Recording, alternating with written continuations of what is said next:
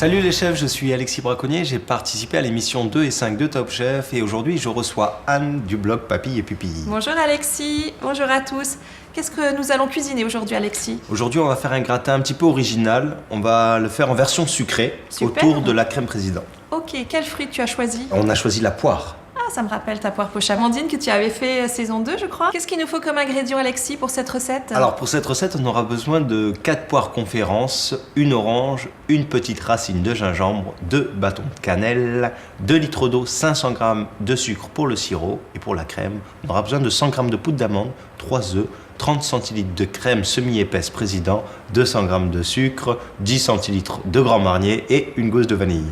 J'ai hâte de commencer à préparer tout ça. On va choisir les ingrédients? Allons choisir nos ingrédients.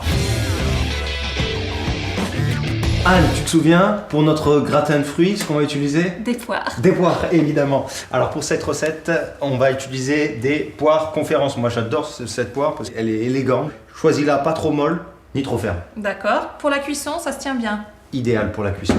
En ce qui concerne nos oranges, plutôt lourdes et non traitées. Parce qu'on utilise le zeste. Exactement. Ok. Le gingembre, tu vois, il le faut bien lisse. Moi je l'ai plus à la cuillère.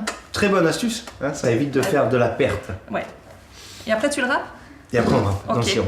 On prend notre crème président et on passe en cuisine. On est parti. Anne, maintenant tu sais ce qu'on va réaliser? Un gratin de poire. Un gratin de poire. On va C'est ça. partir d'une base de savaillon. Oui. On va y rajouter une crème montée. On a utilisé la crème semi-épaisse président. D'accord. Ensuite, on va rassembler tout ça. Oui. On va pocher nos poires aussi au gingembre. Et ensuite, on va cuire au four. Bon, toi, je vais te laisser blanchir les œufs avec la moitié du sucre. Vas-y, encore un peu. d'accord. La cannelle, on va pouvoir la râper. Tiens, je te laisse la râper dedans. Ok. C'est bien. J'en mets combien? Vas-y. Ça sent bon, j'adore. Je rajoute les zestes d'orange. Oui. Voilà. Ça suffira amplement. Je lance le sirop.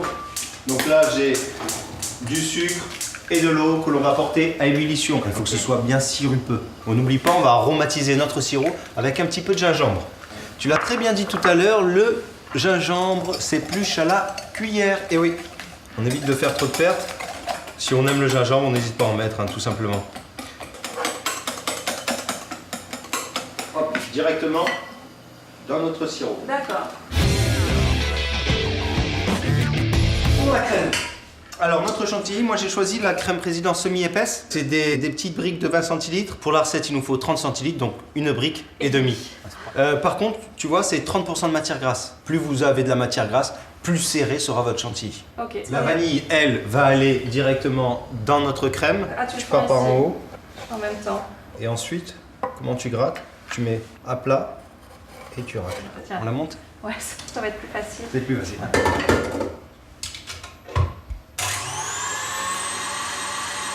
Hop, je rajoute le sucre.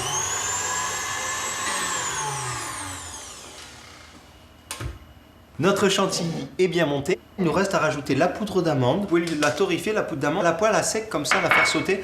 Ça va parfumer, ça va lui donner un petit côté grillé. J'aime bien moi. C'est vrai que c'est une bonne idée. Maintenant, il nous reste à rajouter le Grand Marnier. Pour avoir une belle poire bien épluchée, tu vois, on essaye de l'éplucher dans le même sens, tu vois. Attention, ici, on va pas jusqu'au bout. Il faut aller bien droit. Et ensuite, il faut tenir légèrement le bout. Donc pour enlever les pépins.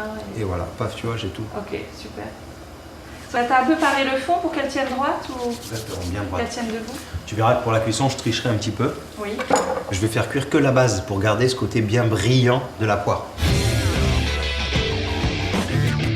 Moi, je vais égoutter les poires, je pense qu'elles sont cuites là. Oui. On a nos poires qui sont complètement fumantes, c'est beau ça, qu'on va couper, tu vois, ici. Tu vois, et comme ça, en plus, il pourra se glisser à l'intérieur. C'est super joli. On a nos petits chapeaux. Les petits chapeaux, eux, vont pas passer au four. Ça, on le garde de côté et on le mettra à la fin. Parce que ça aura tendance à colorer le haut de notre poire. Tu remplis jusqu'en haut. Ouais, jusqu'en haut. T'as fait préchauffer le four? Bien sûr. 180 100... Un peu plus, tu peux le mettre à 220 même facilement. Ah oui, d'accord. 220 à peu près. Ah. Chaleur tournante Grille. au-dessus, mode grille. On surveille. On va mettre le petit chapeau, juste le tremper dans le sirop. Voilà. Hop. j'adore. On se déguste ça? Ah oui, intérêt.